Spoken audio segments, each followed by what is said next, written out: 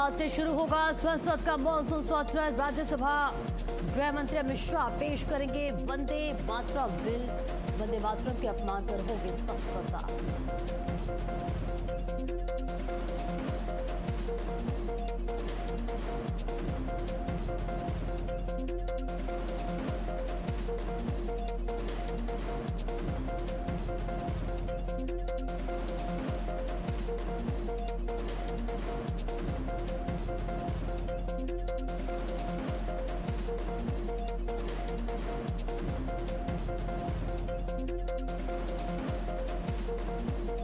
आज बाराबंकी दौरे पर रहेंगे मुख्यमंत्री योगी आदित्यनाथ। लोधेश्वर महादेव धाम दौरे पर जाएंगे सीएम।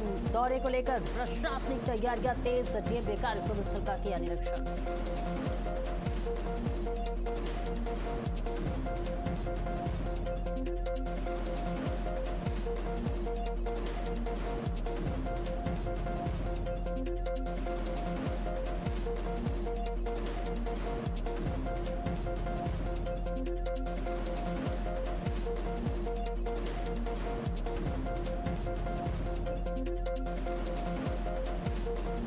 आज राम मंदिर चढ़ावा मामले में सुप्रीम कोर्ट में सुनवाई। एसआईटी सुप्रीम कोर्ट में सौंपेगी स्टेटस रिपोर्ट।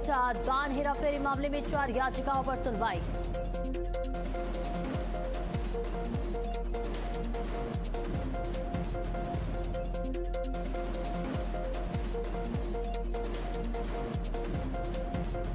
ज्ञानवापी मस्जिद विवाद मामले में इलाहाबाद हाई कोर्ट ने स्थगित की सुनवाई। आज होनी है अगली सुनवाई।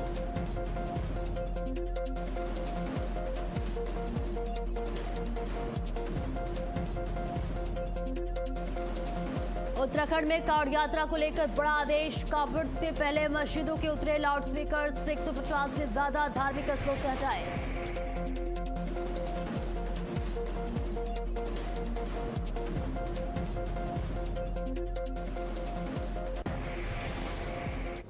नमस्कार, भारत अपडेट देख रहे हैं आप। मैं हूं आपके साथ सपना दीपक मदेशा। बुलेटिन का आगाज करेंगे बड़ी खबर के साथ। और आज से शुरू होगा संसद का मॉनसून सत्र। मॉनसून सत्र में पहला बिल पेश करेंगे अमित शाह। ये बड़ी जानकारी, जहां आज राज्यसभा में पेश होगा वंदे मातरम बिल।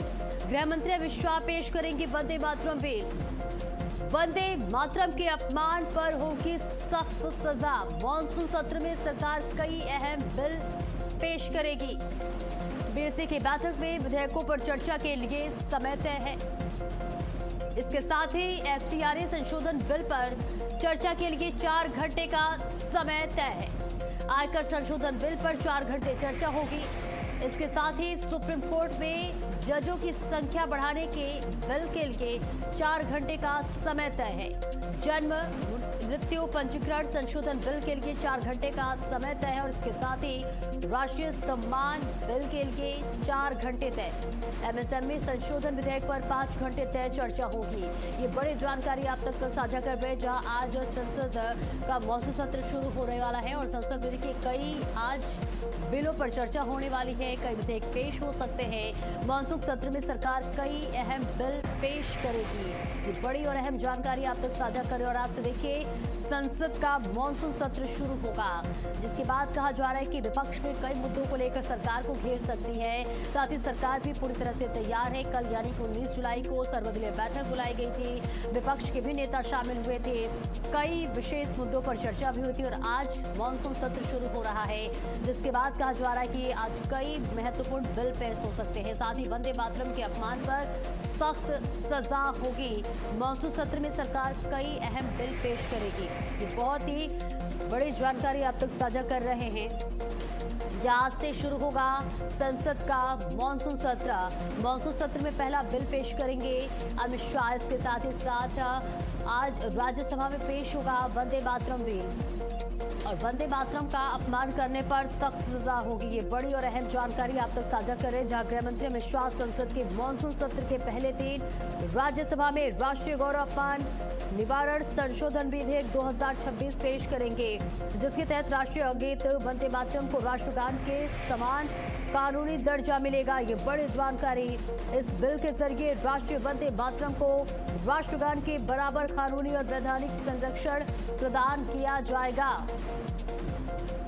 राष्ट्रीय गीत का अपमान करने या फिर इसके गायन में बाधा डालने को दंडनीय अपराध बनाया जाएगा।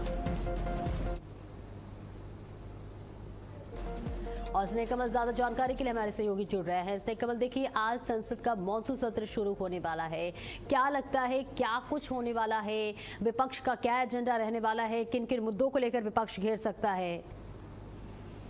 बिल्कुल, संसद के मानसून सत्र की बात है। संसद का मानसून सत्र 11 बजे शुरू होने वाला है, लेकिन जिस तरह से आपने कहा क्या होने वाला है तो उसकी आशंका या उसकी शुरुआत कल सर्वदलीय बैठक के दौरान ही देखने को मिल गई थी, जब विपक्षी दलों ने सांकेतिक रूप से पहले सर्वदलीय बैठक का बहिष्कार किया। हालांकि बैठक में शामिल हो गए थे, लेकिन इस बैठक से आज के जो है मानसून सत्र की कार्रवाई के शुरुआत हंगामेदार रहने के आसार हैं। विपक्ष सोनम वांगचुक के अनशन, NEET UG paper leak, special incentive revision यानी SIR, महंगाई, राम मंदिर चढ़ावा चोरी से कई मुद्दों पर सरकार को घेरने की तैयारी में। तो सरकार इस सत्र में 7 विधेयक पेश करने की तैयारी में है। लोकसभा में सबसे पहले सुप्रीम कोर्ट में जजों की संख्या बढ़ाने से जुड़ा सुप्रीम कोर्ट संशोधन पेश किया जाएगा। वहीं राज्यसभा में केंद्रीय गृह मंत्री अमित शाह संविधान और राष्ट्रगान के अपमान से संबंधित संशोधन विधेयक पेश करेंगे। इस बार अगर बात करें तो मानसून सत्र में TMC के बागी सांसदों को नई party nationalist citizens of India पहली बार संसद में नजर आएगी। वही TMC छोड़कर भाजपा में शामिल हुए नए राज्यसभा सदस्य भी शपथ लेंगे। शपथ शुरू होने से पहले प्रधानमंत्री नरेंद्र मोदी संसद के हंस द्वार पर मीडिया को संबोधित करेंगे। 18वीं लोकसभा की नवीं संसदीय सत्र की शुरुआत 22 जुलाई से 13 अगस्त तक चलेगा। 25 दिन तक इस सत्र में लोकसभा और राज्यसभा की कुल 19 बैठकें प्रस्तावित है। मोदी सरकार राष्ट्रगान अपमान निवारण संशोधन अधिनियम 2000 पहले ही राज्यसभा में पेश करने वाली है। 1977 के अधिनियम के तहत मुख्य रूप से राष्ट्रीय ध्वज, राष्ट्रगान, संविधान का अपमान करने पर कानूनी कार्रवाई का प्रावधान है। इसके तहत राष्ट्रीय सम्मान का अपमान करने पर 3 साल की सजा या जुर्माना हो सकता है। सरकार इसी अधिनियम के धारा 3 में संशोधन किया है। वो राष्ट्रगीत यानी वंदे मातरम को भी राष्ट्रगान के बराबर दर्जा दिलाना चाहती है। इस बिल का मकसद राष्ट्रीय गीत को राष्ट्रगान, जनगण मन अधिनायक की तरह कानूनी सुरक्षा देना है। बिल के प्रावधानों के अनुसार अब वंदे मातरम में रुकावट डालने वाली या किसी से उसका अपमान करने वाले को दंडनीय बनाया जाएगा। लोकसभा में सुप्रीम कोर्ट में जजों की संख्या संशोधन विधेयक 2026 पेश किया जाएगा। सुप्रीम कोर्ट में जजों की स्वीकृत संख्या 34 से बढ़ाकर 38 की जाएगी। यह बिल मई में जारी ऑर्डिनेंस की जगह लेगा। ऑर्डिनेंस लागू होने के बाद बढ़ी हुई स्वीकृत संख्या के आधार पर सुप्रीम कोर्ट में 5 नए जज पहले ही नियुक्त किए जा चुके हैं। उस संविधान संशोधन के लिए बदलाव की जरूरत नहीं है। इसे पारित करने के संसद का साधारण बहुमत ही चाहिए। बिल्कुल, देखिए 2027 में विधानसभा चुनाव है कई राज्यों में। ऐसे में क्या लगता है क्या ये मॉनसून सत्र आगामी चुनाव से पहले राजनीतिक माहौल तय करेगा? बिल्कुल, आज का एजेंडे अगर अभी के एजेंडे की बात करें तो हालांकि विधानसभा चुनाव की अभी समय है, लेकिन जो सबसे अहम मुद्दा जिसमें संसद में सरकार और विपक्ष के बीच जो तलवारें खींचेंगी वो मुद्दा होगा SIR का, नीट यूजी पेपर लीक का, सोनम वांगचुक के अनशन के दौरान उन्हें हटाए जाने का और राम मंदिर में चढ़ावा चोरी का। बिल्कुल, क्या लगता है कि सार्थक चर्चा होगी इस बार पक्ष और विपक्ष में? बिल्कुल, अब कार्रवाई अगर होगी तो जाहिर सी बात है पक्ष विपक्ष में चर्चा होगी। बिल्कुल, देखिए देश की निगाहें आज संसद पर है और सभी यही उम्मीद कर रहे हैं कि चर्चा जो है वो सार्थक हो। लेकिन ऐसे में क्या संसद में राजनीतिक टकराव से ज्यादा जनहित के मुद्दों को प्राथमिकता मिलनी चाहिए? जी बिल्कुल, जहाँ सरकार की बात हो या विपक्ष की बात, दोनों ही जनहित के मुद्दे पर जो सरकार से या विपक्ष से उम्मीद रखते हैं। लेकिन जिस तरह की जो है चर्चा की उम्मीद, जिस राम मंदिर चढ़ावा चोरी का मुद्दा जिसको लेकर अभी 2 दिन पहले कांग्रेस के अध्यक्ष मल्लिकार्जुन खड़गे और राहुल गांधी दोनों ने संयुक्त रूप से पत्र लिखकर इसमें प्रधानमंत्री की चुप्पी तोड़ने की बात कही थी। इसमें कहा था प्रधानमंत्री हर मुद्दे पर काफी मुखर होते हैं, लेकिन जब से राम मंदिर चढ़ावा चोरी का मतलब सामने, उसमें अभी तक प्रधानमंत्री ने एक भी न कोई बयान दिया है, न कोई चीज ट्वीट किया है, न ही सोशल मीडिया पर लिखा है, न कोई पे कुछ बात कही है। तो प्रधानमंत्री की चुप्पी के लिए भी विपक्ष काफी नाराज है। बिल्कुल, देखिए अब 20 जुलाई से 13 अगस्त तक चलने वाला है ये मॉनसून सत्र। ऐसे में 25 दिन में सरकार क्या लगता है किन प्रमुख विधेयक को पेश करने की तैयारी में है? देखिए कल सर्वदलीय बैठक बुलाया गया, मुझे लगता है कई मुद्दों पर चर्चा भी हुई होगी। ये 7 विधेयक की सरकार की तैयारी है, जिसमें मैंने बताया कि लोकसभा में सुप्रीम कोर्ट की जजों बढ़ाने की जो है विधेयक हो, चाहे राष्ट्रगान संबंधी विधेयक हो, एमएसएमई संबंधित विधेयक, आयकर कानून विधेयक, कुल 7 विधेयक इसमें जो है सत्र के दौरान जो पेश किए जाएंगे, कुल 19 बैठकें होंगी। बिल्कुल, बहुत बहुत शुक्रिया श्री कमल आपका इस महत्वपूर्ण जानकारी के लिए। और चलिए आगे बढ़ते हैं। राम मंदिर चढ़ावा मामले में सुप्रीम कोर्ट में आज सुनवाई होगी। एसआईटी सुप्रीम कोर्ट में अपनी स्टेटस रिपोर्ट सौंपेगी। दान हेराफेरी मामले में 4 याचिकाओं पर सुनवाई होने वाली है, जहां श्री राम जन्मभूमि ट्रस्ट से सुप्रीम कोर्ट ने जवाब मांगा है। सीजेआई सूर्यकांत की पीठ करेगी मामले की सुनवाई। ये बड़ी और अहम जानकारी। राम मंदिर चढ़ावा चोरी मामले में आज एसआईटी सुप्रीम कोर्ट में सौंपेगी स्टेटस रिपोर्ट। दान हेराफेरी मामले में 4 याचिकाओं पर सुनवाई होगी। इसके साथ ही साथ सीजेआई सूर्यकांत की पीठ इस पूरे मामले में सुनवाई करेगी।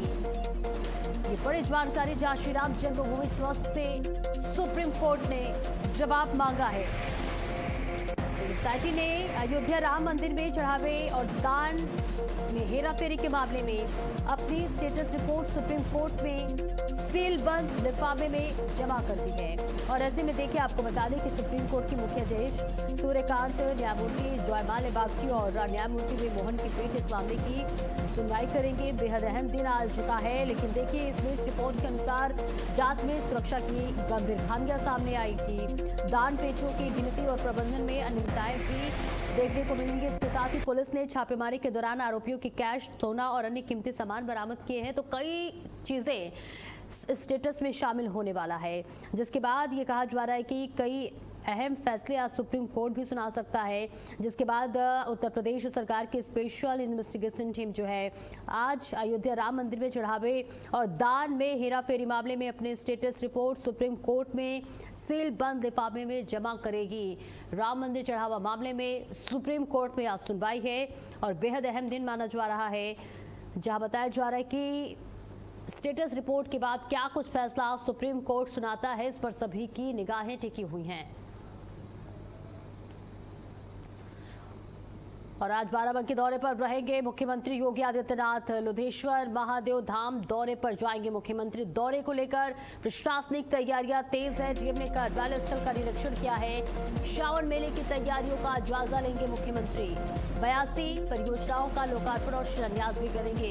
ये बड़ी और अहम जानकारी आप तक साझा कर रहे हैं, जहां बाराबंकी में आज मुख्यमंत्री योगी आदित्यनाथ का दौरा है। दौरे को लेकर प्रशासनिक तैयारियां तेज हो गई हैं। डीएम ने कार्यक्रम स्थल का निरीक्षण किया है। 82 परियोजनाओं का लोकार्पण और शिलान्यास करेंगे मुख्यमंत्री। तो बेहद महत्वपूर्ण ये दौरा बताया जा रहा है, जहां मुख्यमंत्री योगी आदित्यनाथ आज बाराबंकी के दौरे पर रहेंगे। इस दौरान 542 करोड़ रुपए की 82 विकास परियोजनाओं का लोकार्पण और शिलान्यास करेंगे, जिसमें प्रमुख रूप से लुधेश्वर महादेव मंदिर परिसर में महादेवा कॉरिडोर का शिलान्यास भी शामिल है। तैयारियों के लिए जिलाधिकारी ने कार्यक्रम स्थल का निरीक्षण किया है। पूरी तैयारियां कर ली गई हैं।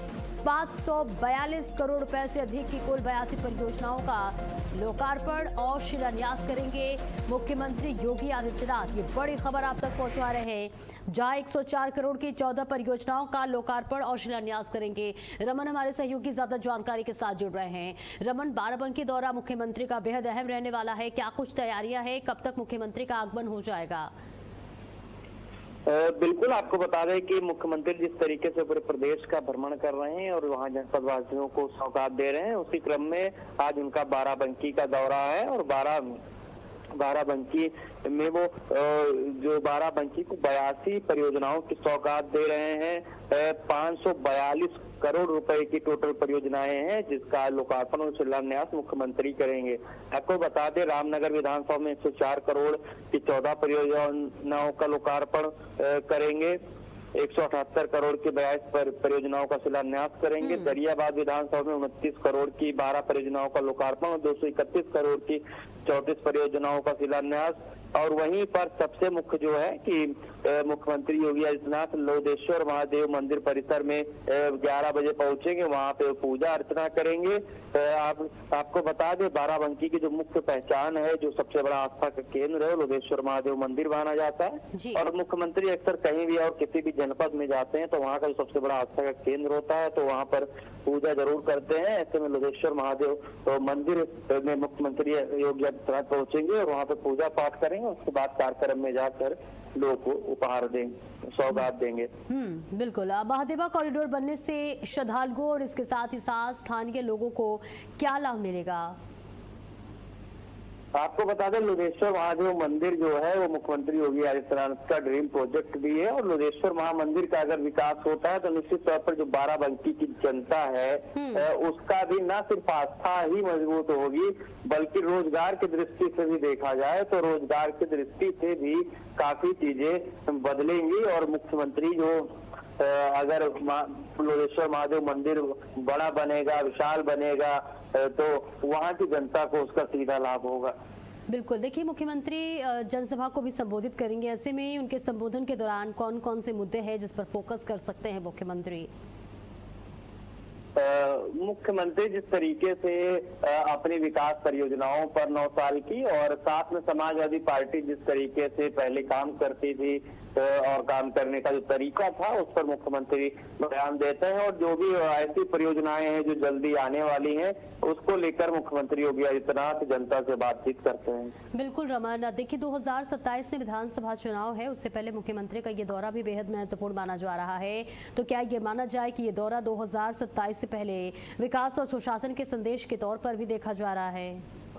बिल्कुल, विकास और सुशासन के तौर पे ही देखा जा रहा है। और इसे ही कारण है कि 582 करोड़ की परियोजनाओं का जो सौगात है बाराबंकी को मिलेगा, और जिससे कि बाराबंकी के तमाम ऐसे बड़े बड़े प्रोजेक्ट हैं इन परियोजनाओं में हैं वो पूरे होंगे। बिल्कुल, बहुत बहुत शुक्रिया रमन आपका इस महत्वपूर्ण जानकारी के लिए। और प्रयागराज से बड़ी खबर आपको बता दें, जहां ज्ञानवापी मस्जिद विवाद से जुड़ी ये बड़ी जानकारी है। इलाहाबाद हाईकोर्ट ने सुनवाई स्थगित कर दी है। मामला सुप्रीम कोर्ट में लंबित है, सुनवाई स्थगित हो चुकी है और आज सुप्रीम कोर्ट में अगली सुनवाई होगी। ये बड़ी और अहम जानकारी आप लोग साझा कर रहे हैं। इलाहाबाद हाईकोर्ट ने सुनवाई स्थगित की थी, जिसके बाद आज सुप्रीम कोर्ट में अगली सुनवाई होगी। सभी की नसें टिकी हुई है, क्या आपको सुप्रीम कोर्ट पहला फैसला सुना सकता है? बड़ी जानकारी आप लोग साझा कर रहे हैं, जहां प्रयागराज ज्ञानवापी मस्जिद विवाद से जुड़ी ये बड़ी खबर। इलाहाबाद हाई कोर्ट ने सुनवाई स्थगित की थी, जिसके बाद आज सुप्रीम कोर्ट में अगली सुनवाई होगी। तो सुप्रीम कोर्ट में ये मामला लंबित है और फिलहाल आज सभी की नजरें टिकी हुई है। ज्ञानवापी श्रृंगार गौरी मामले में सुप्रीम कोर्ट में लगातार सुनवाई चल रही है। और इस बीच आपको ये भी बता दें कि इलाहाबाद हाईकोर्ट ने वजू खाने के एसआई सर्वे से जुड़ी याचिकाओं को सुप्रीम कोर्ट में मामला लंबित होने और शीर्ष अदालत के अंतरिम आदेशों के चलते स्थगित कर दिया था, जिसके बाद सुप्रीम कोर्ट ने ज्ञानवापी, मथुरा और संभल से जुड़े तमाम विवादों को समाधान समारोह के तहत मध्यस्थता और विशेष लोक अदालत में सुलझाने का प्रयास किया था।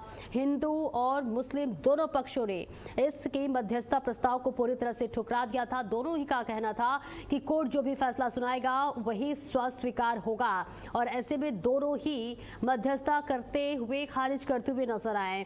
अब पक्षों का कहना है कि वे इस मामले का समाधान अदालत में कानूनी और न्यायिक प्रक्रिया के माध्यम से ही चाहते हैं। वजू खाने के सर्वे से जुड़ी याचिकाओं की जो है लंबी रिवीजन का है। अब ऐसे में इलाहाबाद हाई कोर्ट सुनवाई कर रहा था, लेकिन आज सुप्रीम कोर्ट में मुख्य मामले की सुनवाई होगी। और ऐसे में ये हवाला देते हुए हाई कोर्ट ने इस पूरे मामले में स्थगन कर दी और देखना होगा कि क्या कुछ आज फैसला आ सकता है। लेकिन इस बीच ये बड़ी जानकारी आप तक साझा कर रहे हैं, जहां दोनों ही पक्षों ने इस में मध्यस्थता करने से इनकार कर दिया था। उनका कहना है कि हम न्यायिक प्रक्रिया से इस लड़ाई को जीतेंगे, जो कुछ भी सुप्रीम कोर्ट में फैसला सुनाया जाएगा उसको हम सशस्त्र स्वीकार करेंगे। फिलहाल ये तस्वीर आप लोग साझा कर रहे हैं।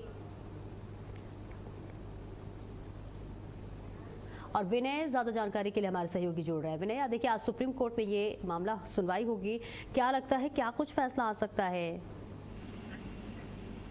देखिए, आज ज्ञानवापी मामले परिसर के वजूखाना क्षेत्र में एएसआई सर्वे की मांग वाली याचिका पर सुनवाई होनी है। यह मामला राखी सिंह की ओर दायर शरीर पुनरीक्षण याचिका से जुड़ा है। जस्टिस रोहित रंजन अग्रवाल की अदालत में हिंदू और मुस्लिम दोनों पक्ष से अपने तर्क पेश करेंगे। हिंदू पक्ष कहना है कि वजूखाना क्षेत्र का एएसआई सर्वे कराया जाए ताकि वास्तविक स्थिति सामने आ सके। वहीं मुस्लिम पक्ष इस मांग का विरोध कर रहा है और उस स्थान को फव्वारा बताता है। इसी स्थान को लेकर हिंदू पक्ष कथित शिवलिंग मिलने का दावा करता है। फिलहाल इस पूरे विवाद से जुड़े कुछ मामले सुप्रीम कोर्ट में भी लंबित है। ऐसे में आज इलाहाबाद हाईकोर्ट में होने वाली सुनवाई और अदालत की टिप्पणी पर सभी की नजरें टिकी हुई हैं। जी बिल्कुल, क्या लगता है क्या आज की सुनवाई से एएसआई सर्वे को लेकर स्थिति और स्पष्ट हो सकती है? जी बिल्कुल, आपको बता दें कि जो है आज ये सुनवाई अहम मानी जा रही है, जिससे सभी की नजरें टिकी हुई हैं। और इस सुनवाई मई महीने में जो सुनवाई के दौरान सुप्रीम कोर्ट में मामला लंबित होने के कारण हाई कोर्ट ने इस सुनवाई को 20 जुलाई के लिए टाल दिया था। और हाल ही में 14 जुलाई को सुप्रीम कोर्ट की पहल पर वाराणसी में हुई प्री काउंसलिंग बैठक में हिंदू और मुस्लिम दोनों पक्षों ने आपसी सहमति से विवाद सुलझाने से साफ इनकार कर दिया था, जिसके बाद अभी पूरी तरह से कानूनी अदालत के जरिए ही तय होगा। जी बिल्कुल, बहुत बहुत शुक्रिया आपका इस महत्वपूर्ण जानकारी के लिए विनय। और चलिए आगे बढ़ते हैं, जहां पर राष्ट्रीय जीपी का आज प्रस्तावित संसद मार्च है। मार्च को लेकर दिल्ली पुलिस की एडवाइजरी, नई दिल्ली इलाके में बीएनएस की धारा 163 लागू है। जंतर मंतर छोड़ पूरे जिले में बीएनएस की धारा 163 लागू की गई है। सीजीपी ने नहीं ली संसद मार्च की अनुमति। दिल्ली पुलिस जबरन मार्च की कोशिश करने वालों पर कार्रवाई होगी। ये बहुत बड़ी जानकारी आप तक साझा कर रहे हैं, जहां आज से संसद का मॉनसून सत्र शुरू होने वाला है। लेकिन उससे पहले ये अंदेशा जताया जा रहा है कि आज काफी संख्या में जंतर मंतर से प्रदर्शनकारी जा सकते हैं। लेकिन हालांकि धारा 163 लागू की गई है और साफ साफ ये दिल्ली पुलिस का कहना है कि अगर किसी भी तरह की कोई भी हुड़दंगबाजी होती है, अराजकता फैलाया जाता है तो कार्रवाई होगी। फिलहाल ये तस्वीर आप तक साझा कर रहे हैं, जहां जबरन मार्च की कोशिश करने वालों पर कार्रवाई होगी। कोई भी अनुमति नहीं ले गई है और ऐसे में कहा जा रहा है कि धारा 163 लागू है। तो सीजीपी का आज प्रस्तावित संसद मार्च है, इसके साथ ही साथ हंगामेदार रहने वाला है। मार्च को लेकर दिल्ली पुलिस की एडवाइजरी जारी हो चुकी है। साफ साफ कहना है कि अगर हुड़दंगबाजी होगी तो कार्रवाई होगी। नई दिल्ली इलाके में बीएनएस की धारा 163 लागू कर दी गई है। जंतर मंतर छोड़ पूरे जिले में बीएनएस की धारा 163 को लागू कर दिया गया है। और ऐसे में कहा जा रहा है कि दिल्ली पुलिस से अनुमति नहीं ली गई है और अगर किसी तरह की कोई भी हुड़दंगबाजी होती है, किसी भी तरह की कोई भी अराजकता फैलाया जाता है तो फिर दिल्ली पुलिस कार्रवाई करेगी, क्योंकि दिल्ली पुलिस से इस मार्च के लिए कोई भी अनुमति नहीं ली गई है। तो तस्वीर आप तक साझा कर रहे हैं, जहां जंतर मंतर छोड़ पूरे जिले में बीएनएस 163 लागू हो चुका है। सीजीपी ने संसद मार्च की अनुमति नहीं ली है, दिल्ली पुलिस का साफ साफ कहना है। और अब एडवाइजरी जारी की गई है दिल्ली पुलिस की तरफ से कि किसी भी तरह की कोई भी हुड़दंगबाजी होती है तो कार्रवाई करने के लिए पुलिस तैयार है। और इसके साथ ही साथ आज से संसद का मॉनसून सत्र शुरू हो रहा है और ऐसे में संसद की घेराव के भी अंदेशा लगाए जा रहे हैं, जिसके बाद अब दिल्ली पुलिस ने यह एडवाइजरी जारी कर दी है कि अगर प्रदर्शनकारी नहीं माने, प्रदर्शन करते हुए नजर आते हैं संसद के आसपास, तो उन पर जबरन कार्रवाई की जाएगी। फिलहाल की तस्वीर, जहां कोशिश करने वालों पर कार्रवाई होगी। और इसी के साथ इस बुलेटिन में इतना ही। खबरों का सिलसिला लगातार जारी है।